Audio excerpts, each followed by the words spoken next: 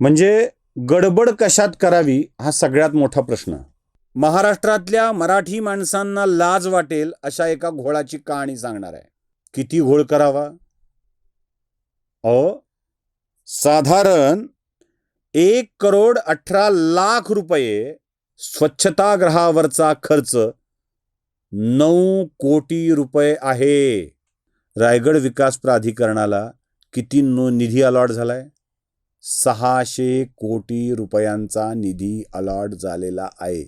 गाढवांनी सामान वर नेण्याच्या याच्यामध्ये घोळ होतोय. तर या प्राधिकरणाच्या अध्यक्षांना आपण शिवरायांचे वंशज आहोत हे सांगण्याचा नैतिक अधिकार प्राप्त होतो का?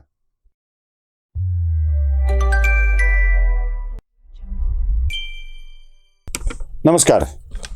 रायगडावरचा एक विषय आपण बघितला. रायगडावरच्या दुसऱ्या विषयाकडे आपण वळतोय.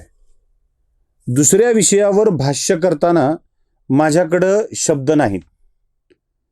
म्हणजे गडबड कशात करावी हा सगळ्यात मोठा प्रश्न. दुर्गराज रायगड हा आमच्यासाठी, प्रत्येक महाराष्ट्रातल्या माणसासाठी श्रद्धेचा विषय. रायगडावर तुम्ही बोलण्याचं कारण नाही कुलकर्णी असं कोणी म्हणणार असेल तर त्यांना मला सांगायचं आहे, मी मराठी आहे, मी महाराष्ट्रीयन आहे, मी शिवबांचा भक्त आहे. त्यामुळं त्या विषयावर भाष्य केलंच पाहिजे, तो अधिकार आहे. बरं, लौकिक गोळे नावाचा एक तरुण, जो सरनौबत पिलाजीराव गोळे यांचा 15वा वंशज आहे. हा लौकिक आपल्या वेगवेगळ्या विषयांना मांडत असताना सरनौबताच्या वंशजावर शिवरायांच्या वंशजांनी गुन्हे दाखल केलेत. कसले गुन्हे दाखल केलेत माहिती आहे तुम्हाला? व्हिडिओ शूट करून दाखवल्याचे गुन्हे दाखल केलेत. म्हणजे टॉयलेट नाही, टॉयलेट संबंधात अडचण आहे, लोकांना कसं उघड्यावर करावं लागतं हे दाखवणाऱ्या लौकिकवरती गुन्हे दाखल झालेत. लौकिक चुकला न चुकला हा भाग आपण नंतर बघूया. पण लौकिक जे मुद्दे मांडतोय ना ते खूप महत्त्वाचे आहेत आणि म्हणूनच या मुद्द्यांचा विचार केला पाहिजे. गाढवांची झालेली दुरावस्था आणि त्यात झालेला घोळ आपण मांडला आहेच आहे. आता आज मी तुम्हाला महाराष्ट्रातल्या मराठी माणसांना लाज वाटेल अशा एका घोळाची कहाणी सांगणार आहे. काय? हा घोळ आहे हागणदारीतला, म्हणजे टॉयलेटचा, स्वच्छतागृहाचा. आणि यात किती घोळ करावा? साधारण 1,18,00,000 रुपये. किती? आकडा नीट आहे का? 1,18,00,000 रुपयाच्या आसपासची रक्कम भाडोत्री टॉयलेटवरती खर्च झाली आहे. भाडोत्री टॉयलेटवरती. एक साधं लॉजिक आहे. इंडिया मार्ट किंवा तत्सम वेबसाईटवर तुम्ही जा आणि तात्पुरत्या स्वरूपाचे टॉयलेट, काही फॅब्रिकचे असतात, काही कुठल्या कुठल्या मटेरियलचे असतात, ते किती हजारात मिळतात याचा तपशील घ्या. मी स्क्रीनशॉट तुम्हाला दाखवतो की त्याचे काय काय रेट्स आहेत. 4,000, 5,000, 7,000, 8,000, 10,000 अशा स्वरूपाचे वेगवेगळे रेट आहेत त्याचे. भाडोत्री टॉयलेटवर 1 करोड रुपये खर्च होतो. 1 करोड. या 1 करोड रुपयात किती टॉयलेट रायगडावरती बांधता आले असते?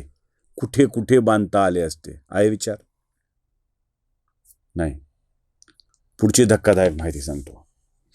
2017 ते 2026 रायगड विकास प्राधिकरण आजवर जे काम करतं आहे त्यात स्वच्छतागृहावरचा खर्च 9 कोटी रुपये आहे. आई शपथ, आकडा ऐकल्यावर हगणं बंद होईल. येणं तर लांबच राहिलं. 9 कोटी रुपये खर्च झाल्याची माहिती लौकिक गोळे सांगतोय, कागदपत्राच्या आधारावर सांगतोय. 4-5 हजाराचं टॉयलेट रायगडावर नेण्यासाठी होणारा खर्च किती असेल? बरं, बाकी सोडा. तुम्ही ते काय व्हायरल व्हिडिओ बघितलेत? किती दुर्गंधी आहे, किती घाण आहे. एवढा खर्च करून सुद्धा काहीही सुविधा उपलब्ध नाहीत. मग रायगड विकास प्राधिकरण एक टॉयलेट रायगडावर देऊ शकत नाही शिवभक्तांना, तर काम काय करताय? तुम्हाला कल्पना आहे रायगड विकास प्राधिकरणाला किती निधी अलॉट झालाय? 600 कोटी रुपयांचा निधी अलॉट झालेला आहे. 600 कोटी रुपयांचा. जुन्या वास्तूंचं संवर्धन करण्यासाठी ज्या गोष्टी पाळल्या पाहिजेत त्या न पाळता बांधकाम होत आहे. चुना, उडीद डाळ, डिंक, गूळ या सगळ्यांचं एकत्रित मिश्रण करायला पाहिजे. त्याच्या आधारावर काय करायला पाहिजे ते होत नाहीये. गाढवांनी सामान वर नेण्याच्या याच्यामध्ये गोळ होत आहे. अहो गंमत अशी आहे, मी एक व्हिडिओ तुम्हाला दाखवतो त्या लौकिकने टाकलेला, तो बघा.